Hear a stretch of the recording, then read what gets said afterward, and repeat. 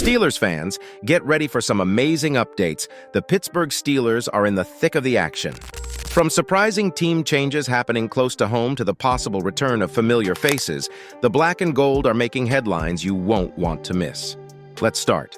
When Marlon Humphrey, a cornerback for the Ravens, found out that his teammate Patrick Queen was moving to the Steelers, their big rivals, he was really surprised and even felt a bit emotional. "I couldn't believe Patrick chose the Steelers. It made me feel all sorts of emotions," Humphrey shared on his podcast, Punchline Podcast. Even though Ravens fans and Humphrey were taken aback by Queen's move, it was actually the Ravens who let him explore free agency because they didn't have much money to spend. The Steelers, on the other hand, were more than happy to have Queen join them, filling a big need on their team for a really active linebacker. Queen is joining a defense that already has some stars like TJ Watt, Cameron Hayward, and Minkah Fitzpatrick. Humphrey couldn't hide his disappointment and even asked Queen if going to the Steelers was his only choice. Queen believed it was the best option for him, and although Humphrey tried to understand, it was still a tough pill to swallow.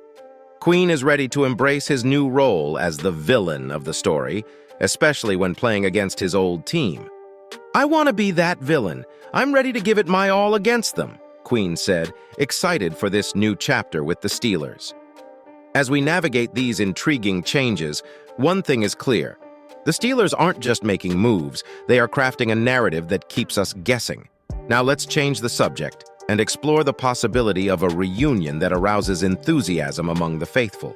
Bud Dupri, who used to play as an outside linebacker for the Pittsburgh Steelers, is now looking for a new team.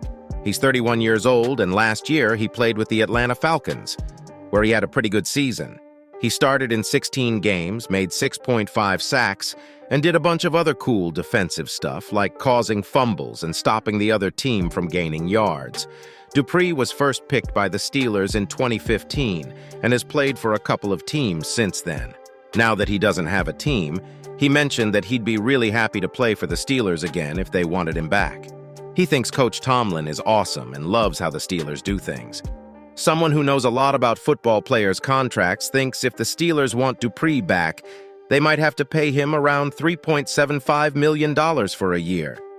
But the Steelers might think that's a bit much, especially because they have a younger player named Nick Herbig, who they think will do really well next season. Dupri has spent a lot of time in Atlanta, even when he wasn't playing for the Falcons, and enjoyed playing there last season.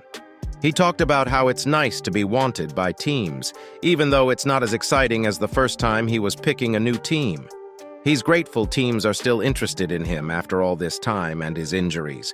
The Steelers are looking for someone to help Watt and Highsmith, their main defensive players, especially since another player they had, Marcus Golden, might not come back.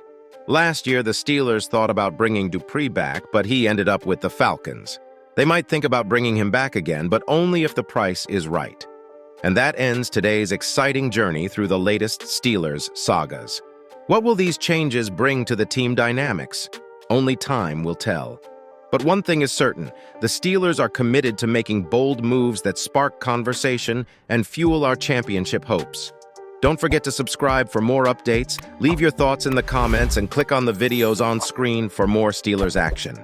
Until next time, keep bleeding black and gold.